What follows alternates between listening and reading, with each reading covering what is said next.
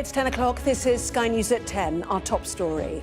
A 36-year-old man is arrested after a sword attack in London, which kills a 14-year-old boy. They've all ran up to where he was in the driveway, just shouting and sort of screaming at him to put the sword there. He had like a big samurai sword. We'll investigate the issue of swords and big blades on UK streets. These machetes are being concealed by these kids. Some of them wearing 2 pairs of pants and they're concealed down the leg. That's where most of them are concealed. Also tonight, the government says a migrant has been sent to Rwanda for the first time under the voluntary scheme. More than 700 victims of the contaminated blood scandal have died since the inquiry started. As the Lords vote in favour of a compensation package tonight, we'll have the first in a series of special reports.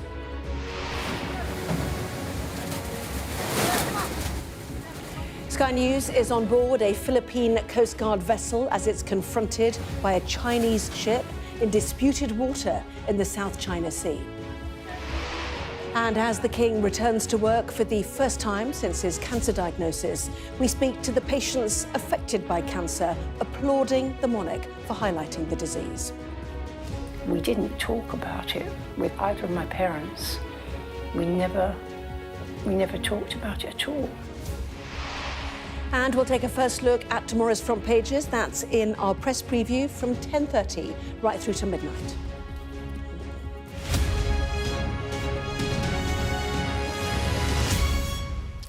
Hello there, good evening. A 14-year-old boy has been killed in a sword attack in London. A 36-year-old man was tasered and arrested. 2 other members of the public and 2 police officers were injured. The police said it was not a targeted attack, but the people in the area will need to know what happened.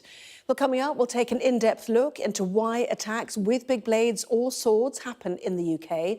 Sky's Rachel Venables has tonight's first report, and it shows video obtained by Sky News, which shows a man with a sword before he was tasered by police. The end of a rampage. This was the moment police tasered and arrested a 36-year-old man.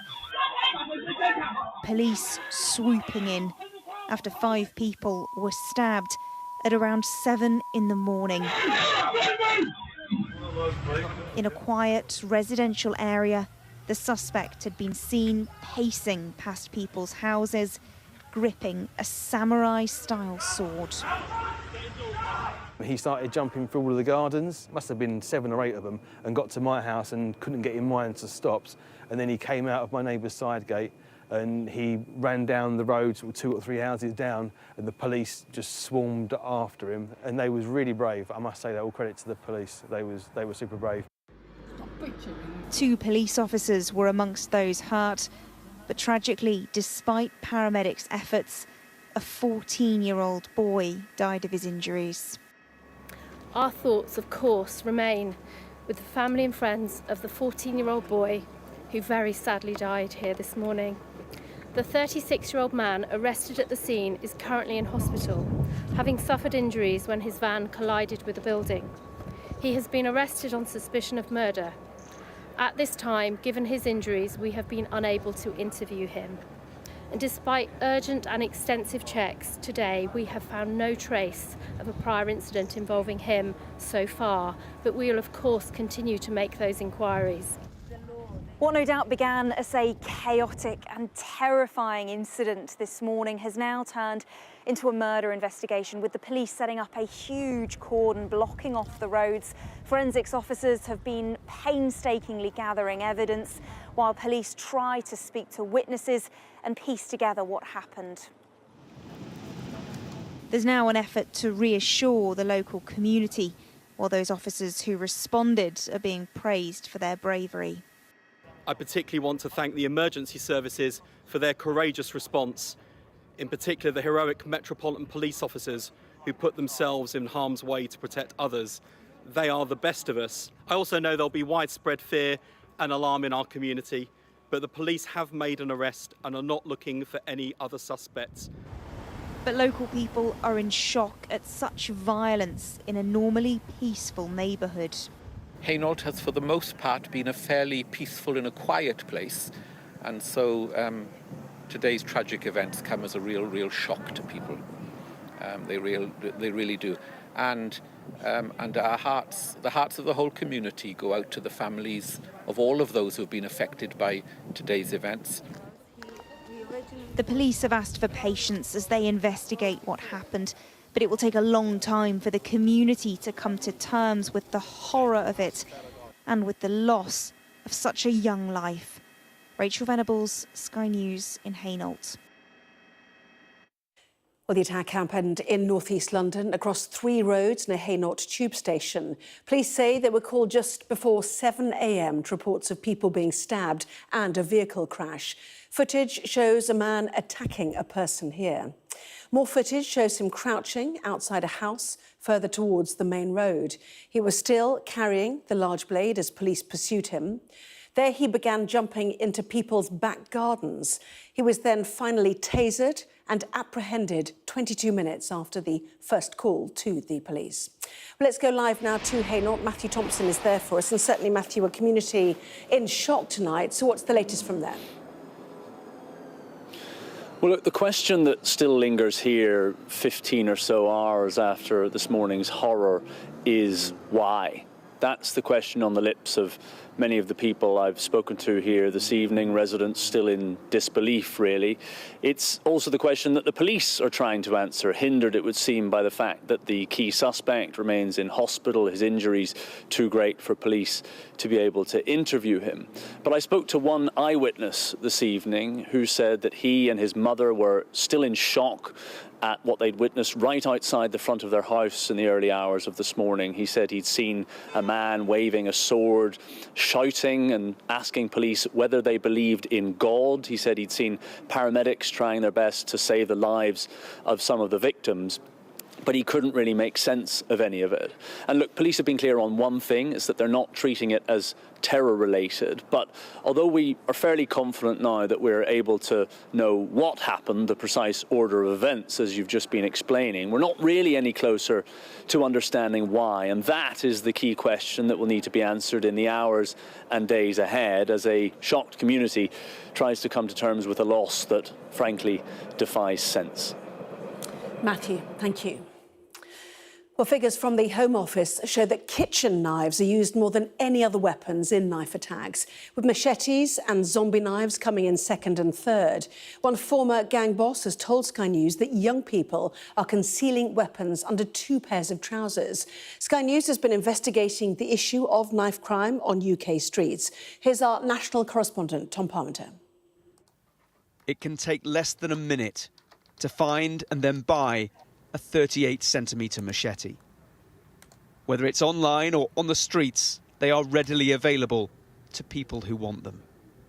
A blade of any size can be fatal, but the appeal of intimidating weapons means the youngsters that Sicarius works with even dress differently to conceal them. These machetes are being concealed by these kids. Some of them wearing 2 pairs of pants and they're concealed down the leg.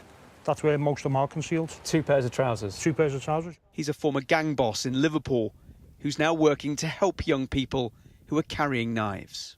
So in order to combat the problem, we need to educate them. We need mediation. We need to bring mediation to the table. And we need to educate them on the consequences. As a mother, it's just heartbreaking. There's parents all over the UK who give talks like this one. My 16-year-old son Daniel was stabbed to death. My son dies every morning I wake up, and for every other grieving mother, it's the same thing every day. For you, is it all about increasing the deterrent? Yes, it is. There's got to be a deterrent. The kids know that, you know, if they do get arrested, they'll only do 18 months. They're gonna do it, aren't they? I keep saying this all along, there is no deterrent for knife crime. The government says the number of serious knife injuries are down by 1/4 across England and Wales. They say they are focused on prevention and tough enforcement, but acknowledge there is still much more to do. A Home Office spokesperson said they are going further to stop more zombie-style knives and machetes from being used on our streets. Once implemented, the Online Safety Act will require tech companies to proactively tackle content which promotes the sale of illegal knives online. Retailers say they are doing what they can, but it is also the root causes of why these weapons are being used that also have to be tackled. Tom Parmenter, Sky News. Well, some breaking news tonight. A migrant has been sent to Rwanda under the government's voluntary scheme. The deal is for people who have already gone through the asylum process and been refused. Well, let's get more with our deputy political editor, Sam Coates, who is outside the Home Office. So what details are emerging tonight, Sam? Well, that's right, Anna. A landmark moment, I think, for the government and the Home Office behind me. They are able to say that for the first time, a failed asylum seeker has been removed to Rwanda. Now, details are actually quite scant. We know the individual is of African origin. We know that they failed their final appeal at the back end of last year, 2023. But I have to say, Anna, this is not the Rwanda policy in the form that most of our viewers would understand it. That's because the individual, as you were just saying, went voluntarily. They were paid in the region of £3,000 in order to relocate to Kigali, and they stepped on a commercial flight of their own volition. There was no compulsion. The real test of this policy comes probably in 7, 8, 9, 10 weeks when the government tries to take people who don't want to go to Rwanda to that country. And then we'll find out whether that emergency legislation that's just received royal assent works in stopping all the different legal appeals that previously have gummed up attempts to make this policy work. Now, we know that this has happened because of a briefing to the Sun newspaper, which has been confirmed by multiple government sources privately, none of them actually wanting to go on the record to talk about any of the fine details. Why might they be doing this? Well, in 2 days' time, Anna, there are local elections and mayoral elections, but a set of elections that could determine Rishi Sunak's future. We wait to find whether this piece of the jigsaw will help him achieve his aim. Sam Coates at the Home Office there. Thank you. Now, the Home Office has admitted that thousands of migrants who are meant to go to Rwanda cannot be located, but the government has insisted they will be found. Sky's Communities correspondent Becky Johnson has spoken to some asylum seekers in the system.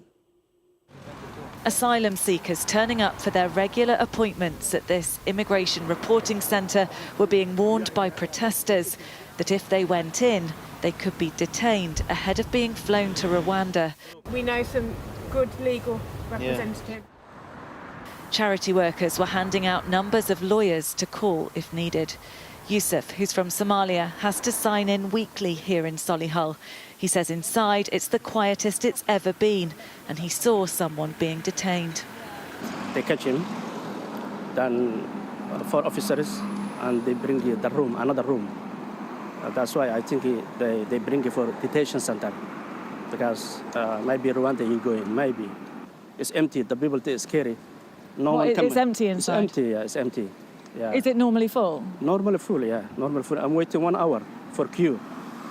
Yeah. And today, how long did you wait? 1 minute. A minute, yeah. So you think people aren't showing up? No. For me, surprise. Yeah. But the people, they scare Rwanda. That's why, you know. Details published by the Home Office reveal for the first time the people they intend to put on the first flights are those who arrived between January 2022 and last June. Many have been sent a notice of intent explaining they're being considered for Rwanda. But of the 5,700 eligible, the Home Office admits it doesn't know where over 3,500 are. That's because either those people aren't required to regularly report to centres like this, or they've deliberately decided to stop attending appointments. And now they know that if they do come here, they risk immediate detention. More may decide to stop showing up. Government efforts to rapidly close dozens of asylum seeker hotels mean many have been moved around the country in recent months. Charities say it's not unusual for the Home Office to send letters to the wrong hotel, having lost track of where people are. But ministers insist anyone trying to disappear will be traced. We want the message to go out loud and clear that if somebody doesn't report as they should do, they shouldn't think that they'll get away with it. They will be found. Back in Solihull, a van used for transporting immigration detainees left the Home Office building. Blacked out windows meant we couldn't see if any migrants were inside. The group currently being targeted for Rwanda doesn't include anyone who's arrived since last summer, and record numbers continue to come. No sign yet the Rwanda plan is stopping the boats. Becky Johnson, Sky News.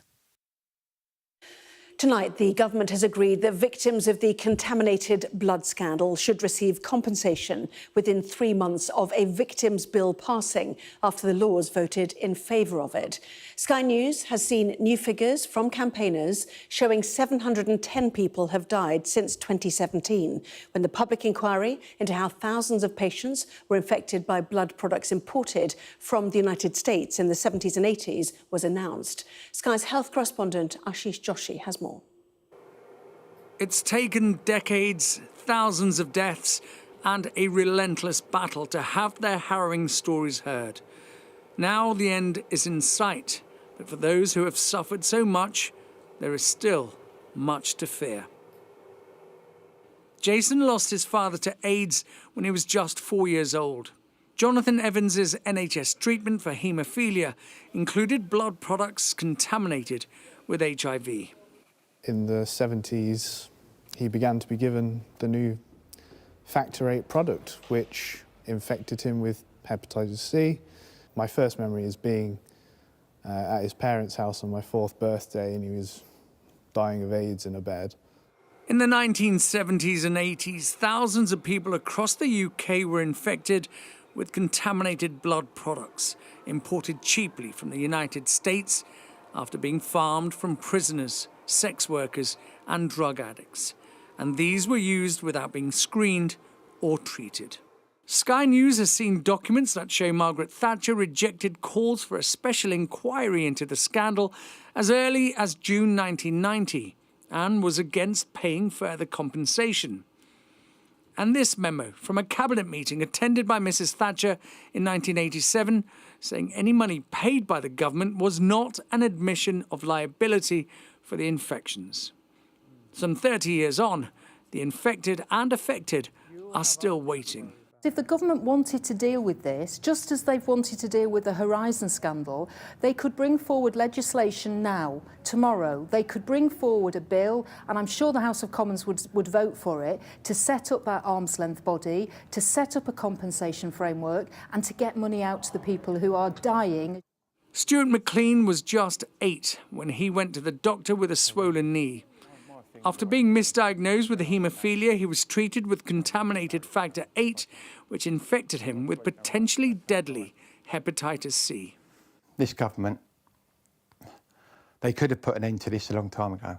This could have been done decades ago. But they've dragged it out. They've been forced, kicking and screaming, to give us justice. And I hope, amongst all hopes, that they will give us justice in the not too distant future. On May the 20th, Sir Brian Langstaff will deliver his report into the infected blood scandal. Since the inquiry was announced in 2017, another 710 people from this community have died waiting for justice to be delivered. Ashish Joshi, Sky News. Sky News has witnessed a confrontation in a disputed area of the South China Sea, which saw 2 Chinese Coast Guard vessels use water cannon on a Philippine ship, which our team was aboard. China say they had expelled the ship and claim they have a right to be there and are trying to keep the peace. Well, China has declared sovereignty over almost the entire South China Sea, but this is the Chinese maritime border as defined by the UN. And this is the Philippines' maritime border. The incident in question happened close to the Scarborough Shoal, which the Philippines, China and Taiwan all lay claim to. Our Asia correspondent, Cordelia Lynch, was on board the Philippines vessel and sent this report. This is a window into part of the world few see. At such close range, we're in a vast area of water that's played host to a kind of brinkmanship that now looks very fragile. Beijing calls this the South China Sea. To these men and their government, it is the West Philippine Sea.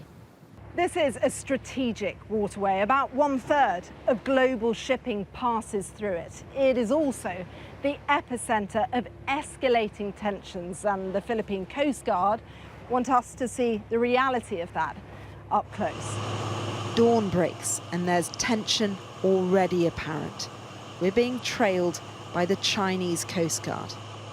Our vessel is on a resupply mission to Scarborough Shoal, a submerged reef, to help fishermen who depend on the lives that live beneath.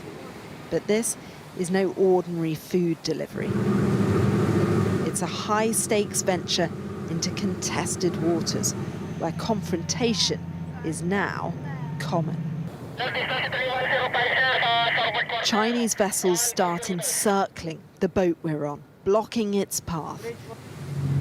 There is a clear choreography to all of this. Familiar moves are playing out every day in the South China Sea. And yet, you get a sense things could take a turn for the worse very quickly. And soon it does. A volley of water suddenly smashes into the Philippine vessel as we're on the deck. Well, the Chinese are now deploying water cannons, firing it directly towards our boat. It is instant chaos. You can feel the water coming through. There is nothing subtle about this. The force is ferocious. The worst they've ever seen. It rips apart the roof. This is what we are in the middle of, an image that shows just how low relations have sunk. One voice you haven't heard from is America, but its deepening ties with the Philippines has added fuel to this fire. That raises the spectre of a superpower showdown, even if no one currently wants it. Cordelia Lynch, Sky News. Israel's Prime Minister Benjamin Netanyahu has vowed to invade Rafah in southern Gaza, even while negotiations are continuing with Hamas. A mother in Israel has described her heartbreak to Sky News after seeing her son for the first time in 7 months in a Hamas hostage video. Rachel Goldberg-Poland's son Hirsch was taken by Hamas at the Nova Music Festival on October the 7th. It's thought more than 100 hostages are still being held. Our Middle East correspondent Alistair Bunkle has this report. There are still 133 hostages being held in Gaza. Many of them are thought to be dead, but this video of Hirsch Goldberg-Polin was released by Hamas last week. His left hand is missing after it was blown off in the attack, and the toll of captivity is obvious. In Jerusalem, Hirsch's mother told us about the moment she found out her son was still alive.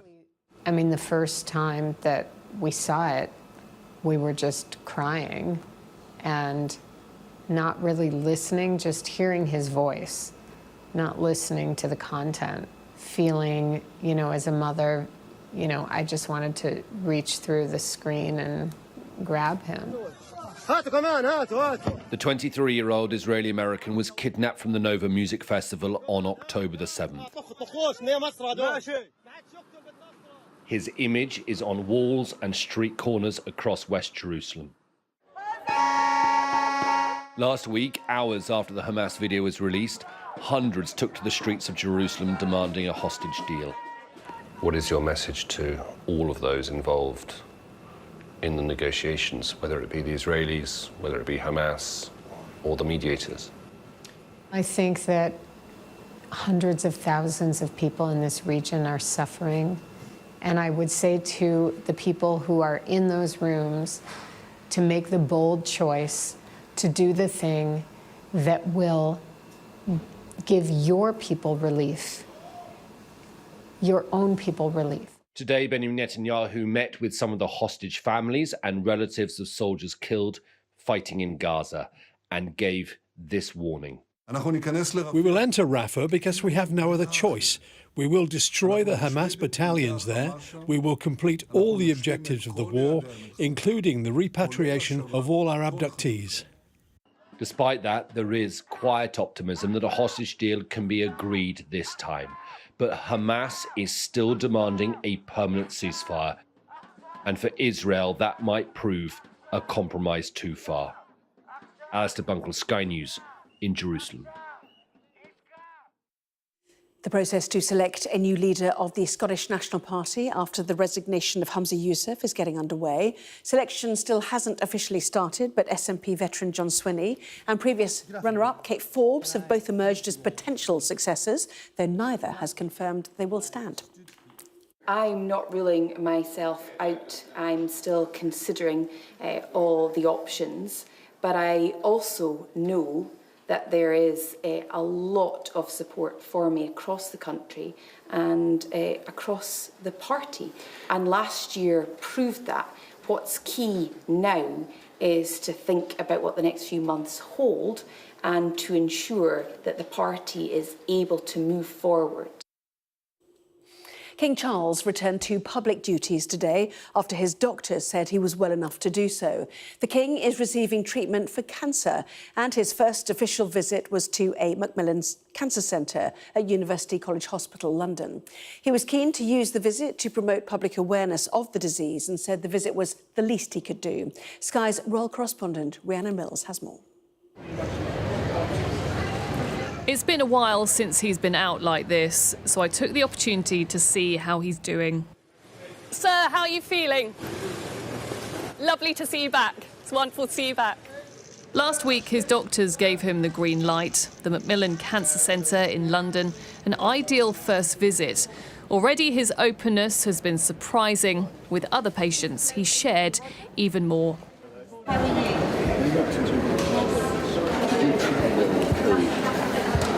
Oh, definitely.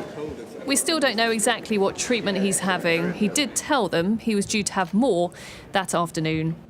Just commend you for being here. Appreciate what you're doing. Thank you. Very good. Thank you so much. So to get more people tested early. We all got to stick together, yeah. I'm told he's very aware of how privileged he is with the care that he's getting, but helping raise public awareness has given him a purpose. So the trouble is to get enough people early. Yeah. Only happy to also help highlight the groundbreaking research going on here for new treatments. Announcing that he's taking on the patronage of Cancer Research UK on top of being patron of Macmillan Cancer Support shows his long-term commitment and genuine care for those also going through it. I'm told that throughout his cancer journey, his main concern has often been how other people cope. And with a visit like this, he can hopefully draw attention to the importance of early diagnosis and the potential breakthroughs that could be coming for other patients. 6-year-old Della and 11-year-old Ellis were the final patients he met. Presents exchanged for posies, the King holding back to talk to Della. I think it was Della's consultant that is looking after us that kind of put her forward, and it's just lovely. To see them in real life, you know, completely unexpected, but yeah, lovely experience and something we'll always remember and talk about. We wait to see when he'll be out next. Like any patient, the support of his loved ones is still crucial as he continues what is an ongoing journey to recovery. Rhiannon Mills, Sky News. Well, the King has been praised for openly talking about his diagnosis. Sky's home editor, Jason Farrell, has been speaking to patients, including one who met the King today. Eileen Rapley setting off to meet a fellow cancer patient. After being diagnosed with lung cancer, the former teacher signed up to a pioneering programme. TracerX tracks cancer development and helped save her life here at University College London Hospital. It's an innovation this man is keen to highlight. He whispered in Eileen's ear that he knew in intimate detail some of what she'd been through. I know what it involves now. Eileen's parents both died of cancer, and she applauds the King for using his own condition to highlight the disease. We didn't talk about it with either of my parents. We never We never talked about it at all. Yet it's an illness half of us will get. And behind every handshake, there's a story. Hold back the pain. Steve Young's had to face the music and play on. The diagnosis of a large malignant melanoma on his scalp was terrifying. I couldn't even say the word cancer. I felt really, it felt so alien to me because I've always been super healthy. To suddenly sort of be faced with this reality that actually I'm nowhere near as healthy as I thought. You know, anyone that's got anything that looks even remotely like that, please go and get it checked out. The cancer was surgically removed. He's now trialling a new personalised injection which stops cancer cells re-emerging. But campaigners say while innovation is saving lives, the cost of living crisis means research funds are dropping. What we want with government is a partnership about cancer research so that the UK remains one of the best places in the world to conduct cancer research. From my own personal experience, once I was diagnosed, I was basically sucked into an NHS tornado, and I haven't been let back down again yet. The King hopes he can use his profile to help keep that tornado whirling. Jason Farrell, Sky News. Well, that was Sky News at 10. Coming up, we'll take a first look at tomorrow's newspapers in the press preview. Tonight, joined by Sebastian Payne, director of the Onward think tank, and Sonia Sodha, chief leader writer at The Observer. Welcome to both of you. And certainly among the stories, we'll be discussing this on the front of the Telegraph, the headline for tomorrow's newspaper, schoolboy killed in daylight sword rampage. Plenty more on that, and the rest of the stories, of course, in just a moment.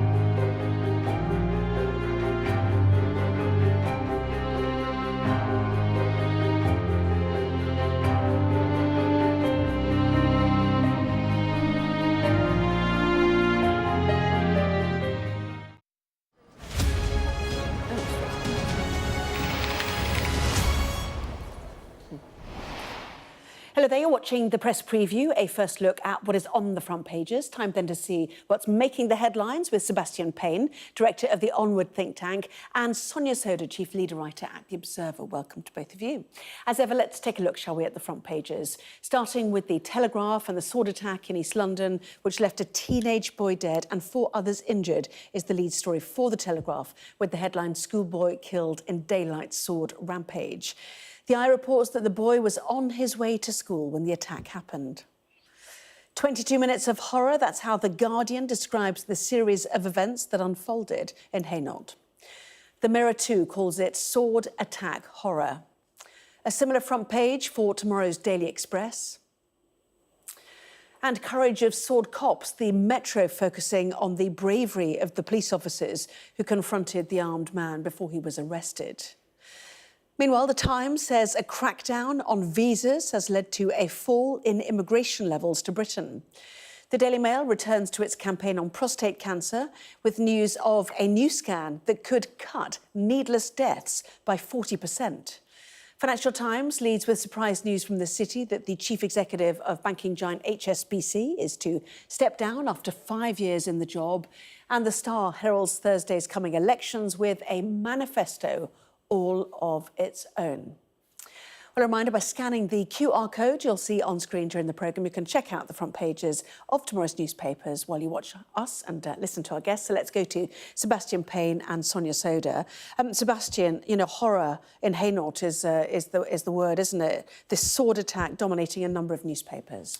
It is the most horrific story, and it's one that there's a lot of images around, and you can see on some of the front pages tomorrow, you can see the face of the attacker on the Eye paper. It's actually blurred out, and the thing we should notice, the police have said to not spread footage on this because a lot of it's on social media.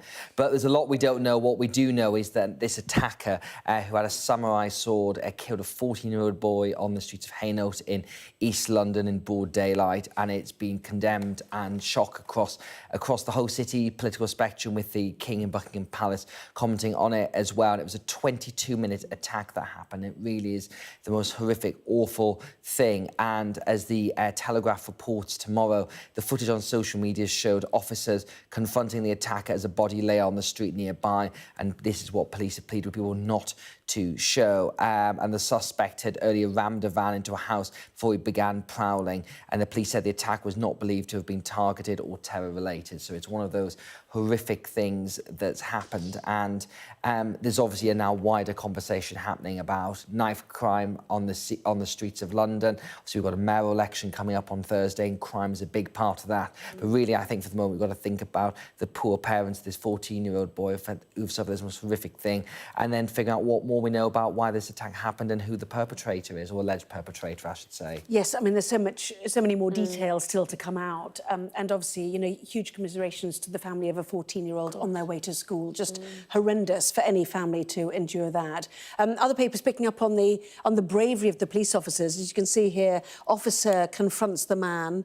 Some footage, the Eye tells us, captured on doorbell cam. And I've actually seen that, because I think that is footage that is being circulated by the news channels, and what that shows is basically the suspect being apprehended. He's approached in that footage by a female officer, and these officers showed huge bravery, because you've got to remember they're facing a man wielding an incredibly dangerous weapon, a machete-style knife, and they're armed with tasers, essentially, and that's it.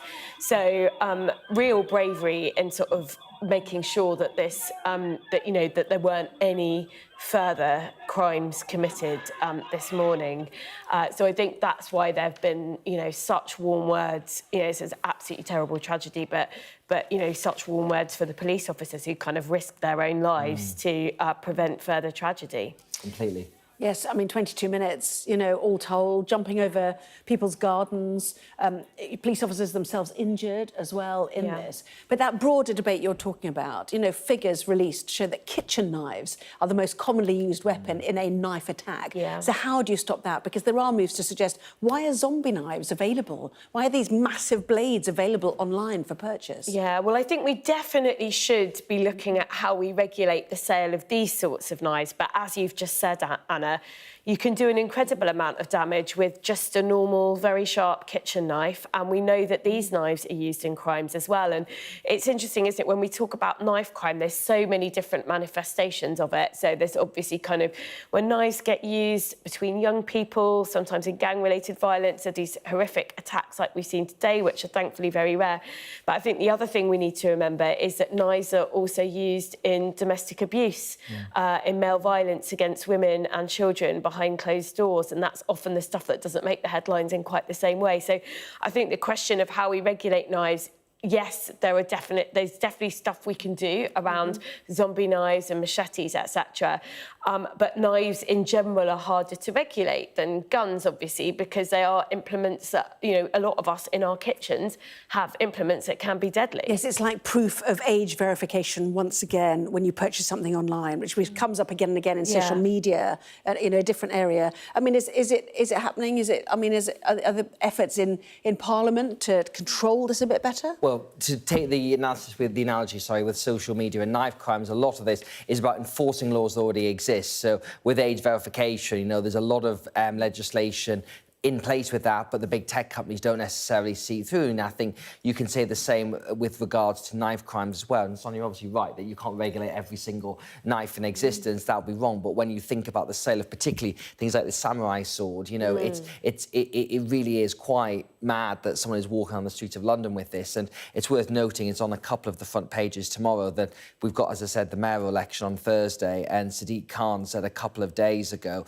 that, you know, that the Conservatives should not say that people are running around streets of London. And so Susan Hall, the Conservative candidate, you should stop watching The Wire when not living in Baltimore in the noughties. But I think a lot of people see this and do see that there is this rise in knife crime with new figures showing it hit a record peak high. And how you deal with that is not simple. You can't just flick a finger and resolve it. You've got the question of prevention at the beginning to make sure people are not going into gangs that leads to knife crime. But I think you've also got to have questions about what the police are doing and where they're putting efforts. And this is nothing to say anything about how well the police have done today with this particular incident, but there's a wider question about what they're doing with knife crime. And there is a feeling, I think, along a lot of people, and polling does show this, that the capital is feeling less safe, and people will see this story and it will confirm their fears about it. And elsewhere, obviously, I think actually the figures are even higher in Birmingham per population head than London when it comes to knife crime. Yeah, OK. Let's move on to a story that broke earlier, which is about Rwanda. The first asylum seeker deported to Rwanda.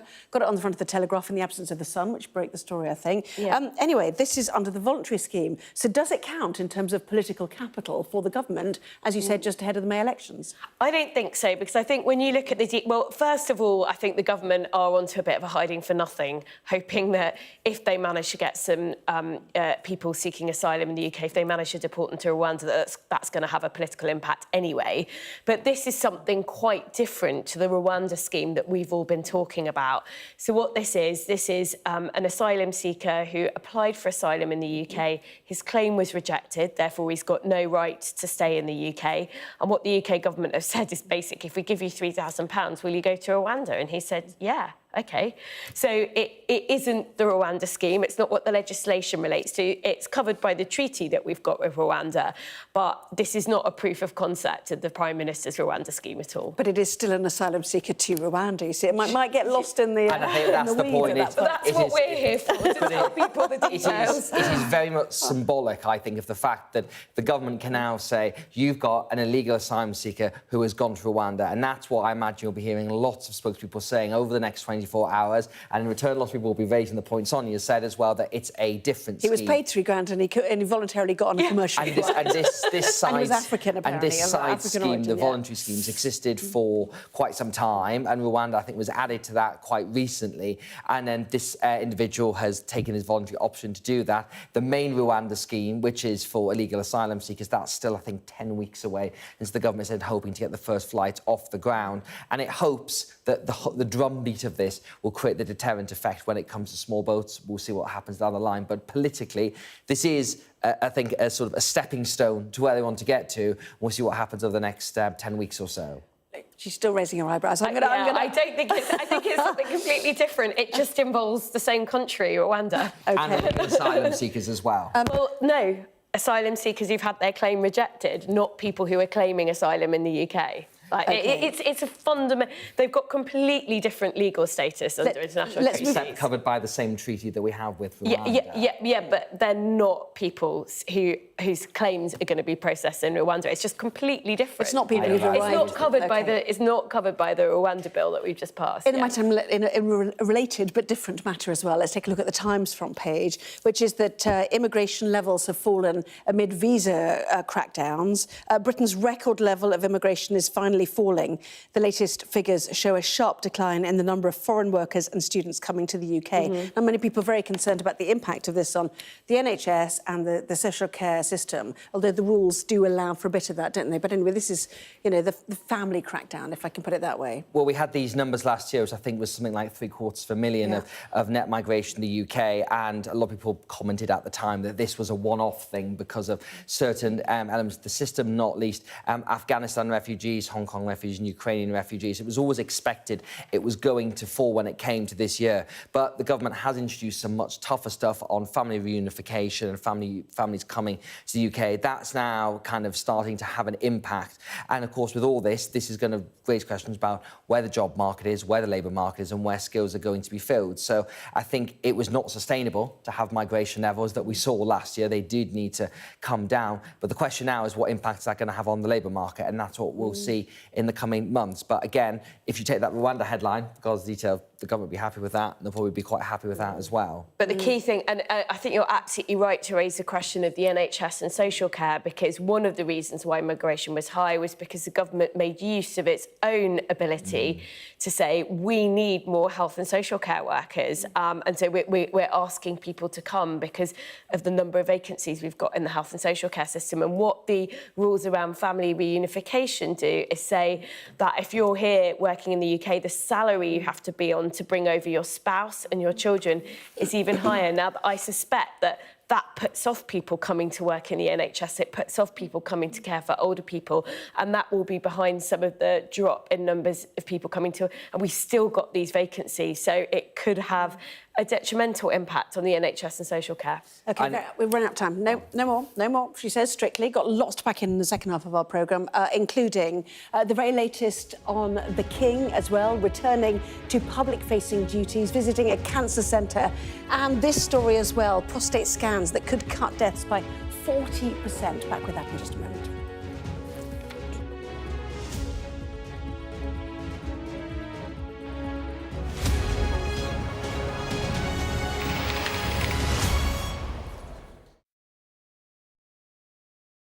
Unfortunately, last year while I was on holiday, I had my drink spiked, and I was actually very fortunate. I got safely to hospital. My boyfriend was there to help me, and so were other members of the public. However, the thing that terrified me most is I did share this experience on social media, as it came such a shock to myself. And when I shared it on social media, I discovered that this is actually happening to so many people so often, people of all ages, and they were all in the same boat as myself, where they didn't know what to do. For me, when I got spiked, I almost felt as though I was a part of like a freak accident, or it was somewhat myself to blame in the situation. However, these people were going out motivated to do this, and the reason for their motivation, I honestly don't even want to know. And I was lucky enough that I didn't have to face any of the repercussions of their further actions, but this is a huge issue, and other people are ending up in far worse situations than I did.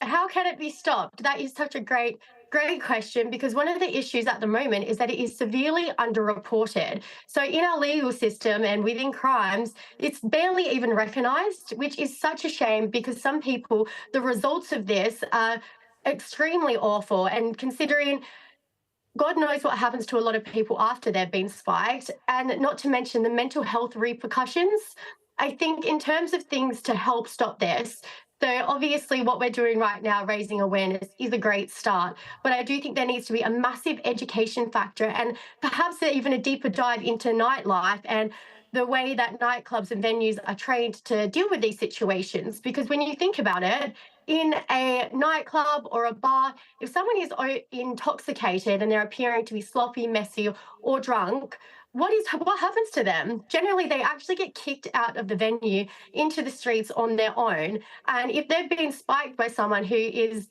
has further intentions with them and they're getting kicked out onto the street, it actually puts them at such a risk of more danger. I would say always going out with a close group of friends and making sure people know that where your whereabouts is. Now, if for some reason you felt as though your drink has been spiked or you're just unsafe in these nightlife environments, reaching out to the bar staff, reaching out to the securities, and making sure you're in contact with people you know the whole night. It's so crucial.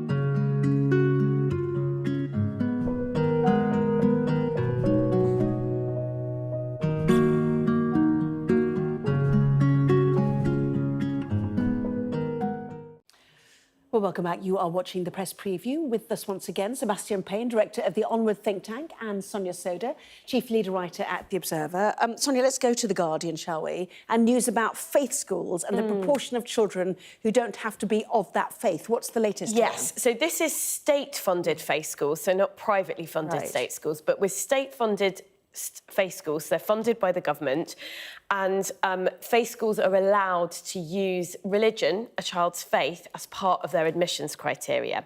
But they're only allowed to do that for up to 50% of their intake. And one of the reasons why there is that cap is there was a lot of concern that these schools were using, sometimes, well-intentioned admissions criteria, but basically it's academic selection by the back door, and particularly social class selection by the back door. So what was happening was you had excellent state schools that are affiliated with a faith, and it's basically middle-class parents who were getting their kids in these schools disproportionately. So that was one of the reasons for the cap. Now there is a proposal from government to drop that cap and say, well, state-funded faith schools can do up to 100% of their recruitment based on faith. I think that's a problem. I think these are state-funded schools. Personally, I would question whether we need religious schools that are funded by the state, or whether all our schools should be secular. But, it's a problem. And not even Archbishop Rowan Williams, he's not in favour of dropping the cap. Sorry to rush you, because there's a sort of big medical breakthrough to get to, but I know you've got a different view, haven't you? Yeah, I'm going to take the complete opposite view from Sonia on this, which is coming from this from a Catholic perspective, which includes me personally, that Catholic schools were particularly penalised by this because Church of England schools didn't have this issue, and minority faiths were not oversubscribed. This is only new faith schools we should hasten to add, and Catholic schools were always oversubscribed, and this creates a big problem. For example, the Cardinal Vaughan School in London is brilliant, it's oversubscribed. They wanted to open a second school, but they couldn't. And I think and there is in the Catholic doctrine that they are not able, they have got to, they've got to offer all their places to Catholic schools. So there was a real tension there. So I think this liberalisation, as I would say, I think is a better thing, and it's a good thing for Catholics. And I'm not surprised Rowan Williams has a different view on it, because it's not about his religion. OK, let's move to the Daily Mail, shall we? Haven't got very long left. Prostate scans, which could cut deaths by 40%, leading a prostate cancer revolution, is how the Mail calls it. So we don't have prostate cancer screening yet, and that's because the screens for prostate cancer are thought to be very unreliable, so they don't really work in spotting these cancers early, and it's the leading killer of men when it comes to cancer. But scientists have now developed a new screen, potentially. It's being rolled out and tested. They think if it comes off, it could reduce male deaths from prostate cancer by 40%. If it works, won't that be amazing news? And it comes on the day, of course, that the King, out for his first visit since his cancer diagnosis, visited a cancer centre as well. And what wonderful pictures that we've seen of the King when he visited cancer patients. His first time doing an official duty since he was diagnosed. He's still undergoing treatment and talked about it. And the line that he had was to say, it's always a bit of a shock, isn't it, when they tell you? But he seemed to be in very good spirits, and it shows the King really is keen to get back into it and seems to be making good good progress on what we saw in public today. Yeah, and do some really good work on this as well, raising awareness for people. Very, very important. Yes. Sebastian, Sonia, thank you both very much indeed. See you for more, obviously, in the 11. Right now, here's the weather. So low pressure moving westward will allow an easterly flow to dominate over the next few days. Conditions will become warmer still, but unsettled, with some heavy thunderstorms expected in the south tonight. Western parts of the country will become mostly dry overnight, with clear spells allowing temperatures to fall back to single figures. There'll be greater amounts of cloud across much of England and Wales, with showery rain pushing northward through eastern counties. The rain will reach Scotland through the morning. As a weakening feature, eastern counties will be dull and cool with extensive low cloud. Our press preview continues in the next part of our programme. Dramatic footage of the moment a knifeman was arrested in East London after an attack which left a 14-year-old dead.